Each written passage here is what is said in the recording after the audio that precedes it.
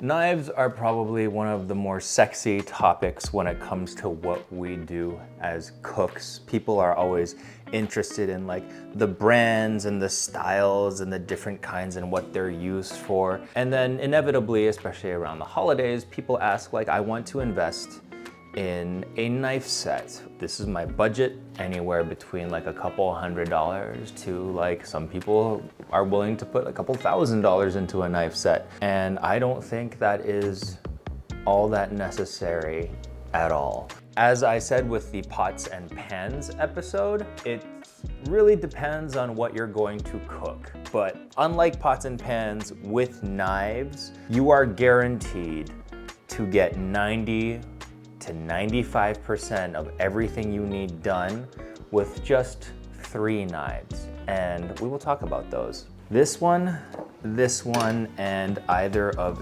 these, because these are the same knife. And I talk in terms of Western cooking. These are regular chef's knives. They are the same on both sides. They have a little bit of a swooped edge that makes for a good rocking motion, and most of them have like a nice little bevel for you to have like a good pinch grip to it. These will be the knives that do 80% of your work. Your regular chopping, your slicing, all of that good stuff. It'll pretty much be the workhorse of your kitchen. Now, the Chinese version of that would be this. These are not meat cleavers. These are not vegetable cleavers. These are Chinese chef's knives. And we use these the exact same way that other people use these, which is to say, for most of everything we do.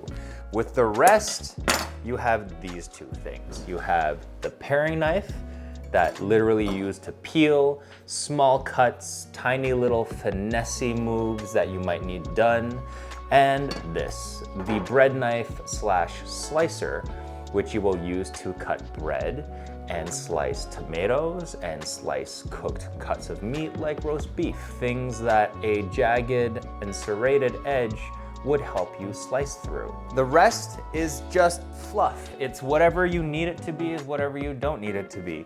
My most used knife is probably this one. This is a bone cleaver that is used to literally split the legs of pork bones, chicken bones, pretty much everything except for cow femurs, which would probably put a dent in this. Haven't tested it out, don't plan to. I use this for pumpkins and I use this for squash. You see me slice through pumpkins all the time with these. Super, super useful because of its weight, because it doesn't really need to be all that sharp, even though I like keep it sharp for funsies. This is pretty much it. It's nice to have your exotic stuffed knives, especially if you collect them. For example, this is a fish butchery knife. This is a pork butchery knife. This is a boning knife or a filleting knife to help you butcher fish more easily. But otherwise, instead of spending all that money on a knife block that's got a chef's knife, a lot of them have bird's beak, like the curved knives, like a lot of them have like pretty knives that you don't really need, when really all you need is just these 3 right here. As far as accessories go, 2 accessories. This is a carving fork. If you do a lot of roasts, if you do a lot of large turkeys and whatnot, if you carve a lot, this actually is quite useful. I have done many roasts and many like pot roasts and stuff where I've like wished I had one of these. It makes it so that you can like hold the meat down and slice it through with your other knife, and it actually makes your life quite a bit easier. If you do a lot of roasts, go ahead, get one of these. They're not that expensive. This is a honing steel. This does not sharpen your knife. A lot of people think that this is what they need to make their knife sharp. Sharpening your knife is a lot more work than that. What you want to think of when you're using these is what the edge of your knife actually is. And the knife edge is not the blade, it is the very tip along the side of a blade. And that edge is very, very thin. If you did a good job sharpening it, it could be razor thin. And as we cut things down, and as we slice things, and as we wash our knives, the edge can get bent. So it's got a straight edge right here. And as we use it, as we cut it, as it just, gets a little warped. When you run the edge along this, it straightens it back out. And when the edge is straight, it cuts better. It cuts more cleanly. And in fact, if you can't slice through a tomato with your knife unhoned, you'd hone it for a little bit and then it slices cleanly through. That's the difference between this and actually sharpening it. Whereas this only straightens the edge out, sharpening it actually shaves pieces of metal off to make the edge smaller and sharp again. The proper way to hone your knife. There are a couple of different ways, depending on the direction and stuff. You see on TV, people are just going wow, crazy, so fast. There's really no purpose to doing it that quickly and that many times. If you just focus on getting good contact and getting good pressure on and the angle of which you are honing your blade, only a couple of times is really all you need, because you're not sharpening anything. Remember that. You're just straightening it out. So how many times do you really need to be running this along your steel to get it straight, not sharp? So if you've never done this before, I've seen beginners do it this way, or people teach beginners this way. This is probably the safest way to do it, because ultimately, the only thing you can do as you are running your knife down is cut the board. Nothing around you, no one around you will be able to, get hurt. Basically, keep your knife and the blade at a 45-degree angle, and as you run it back, let it fall down into the cutting board. And if you've never done this before, this is probably the least scary way to do it. 45 degrees is the general degree of attack. A lot of knives are sharpened at 45 degrees. Japanese knives are sharpened at I think 15, 17 degrees. So you might want to, if you have a Japanese knife or have it sharpened in the Japanese style, just a little bit less than that. But otherwise, it's fine. There is also this way where you do it away. Obviously, this is dangerous for anyone that might be in front of you. There's some people also do it like this, which, if you have a guard on your steel, this is the less dangerous way for anybody around you, but you still do have to pay attention. Obviously, as you can tell, it really doesn't matter what direction you're going, it's a matter of preference. Either way, just stick to that direction so that your edge can be consistently straightened out. Be careful.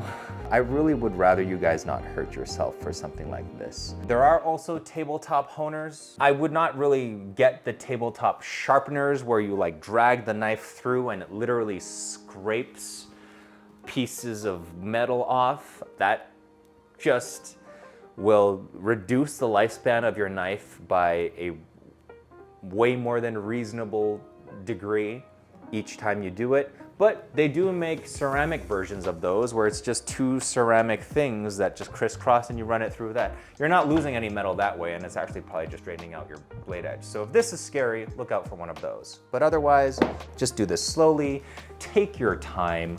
Don't try to be any of the people that are going crazy on TV. That is just literally the cook's equivalent of sticking your out and putting it on the table. It's ooh, look at me. That's what that is. So yeah.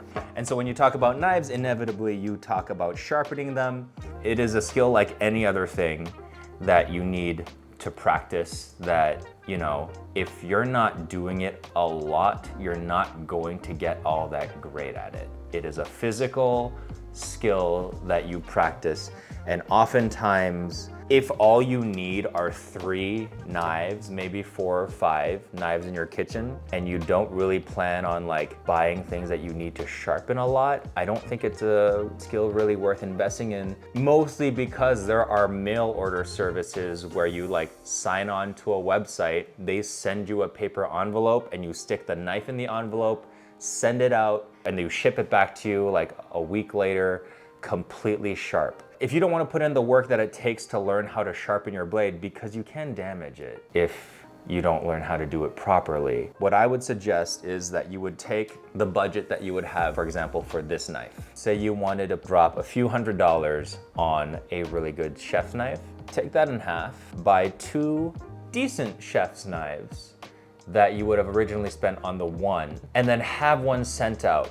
Always have one freshly sharpened, because a sharpened knife will be better than the most expensive knife that you buy that you only sharpen every now and then, once a year.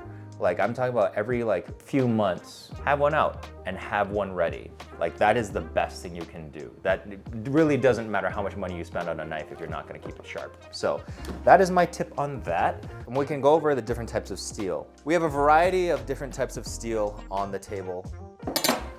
These right here, these are stainless, which means they don't rust when you keep them in contact with water. That is a very important quality to have if you're not the type of person to always baby your knives. The drawback is that they don't get as sharp as carbon steel knives. There's just something about the way that the metal works, that the edge is hard enough that it is able to be smaller and retain its structure than stainless steel, which is a little bit more pliable, which is a little more bendy. The drawback being that see, I've got a couple of dots of rust here on my knife, and nobody wants rust on their knife. That's bad for your knife, it sucks. But, you know, they also make rust erasers for your little for tiny offenses, so you can actually just take this off and erase the rust off of your knife. But for the most part, you're gonna wanna protect it. And how you do that is you use a rag and some knife oil, which can be one of multiple things. A lot of it's just mineral oil. You coat the knife just like you would a cast iron pan. It's just a coating of oil that keeps moisture away from it, and that's it. So if you're on the road a lot, if you're at home a lot and you don't want to deal with taking care of carbon steel knives, these ones are perfectly fine. This is from a brand called Hedley and Bennet. This is from a brand called Shun. These are Zwilling. They're all pretty great.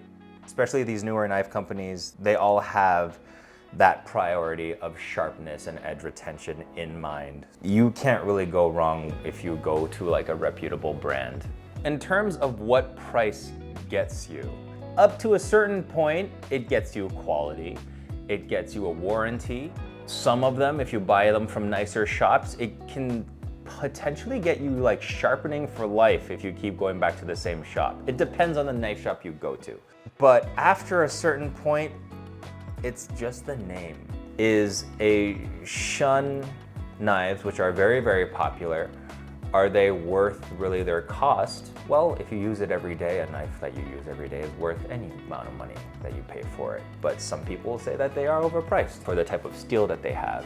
If you're going for something that is stainless, the price probably matters less, because if you go and get a stainless steel knife from a decently big company, it's going to be fine so long as you keep it sharp. In terms of storage, do not put these in your drawer. I would say a caveat, you could put a knife cover on it, like a saya, and tie it down, but it still gets banged up in the saya. Just don't put them in your drawer.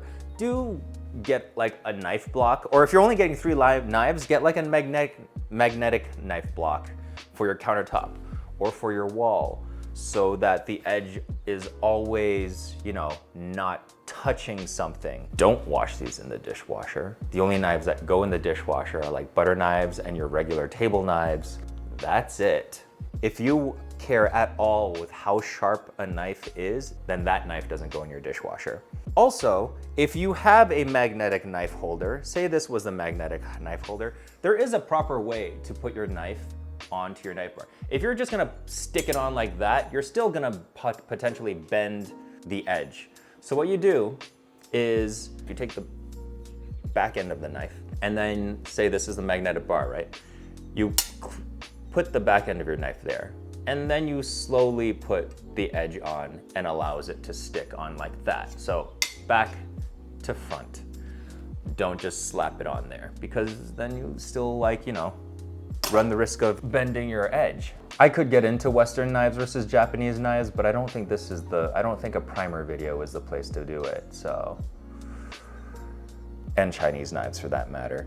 So that is it. If you have any questions, you can go ahead and leave them in the comments. Maybe I'll be able to respond. I don't know when the next time I'll do another knife primer video would be, but maybe I could respond in like a short or something like that. But otherwise, happy knife buying. If you're just out to get your first set, it's very excited for you. These will be tools, if you get the right ones, that will last you a very, very long time if you take care of them. So enjoy.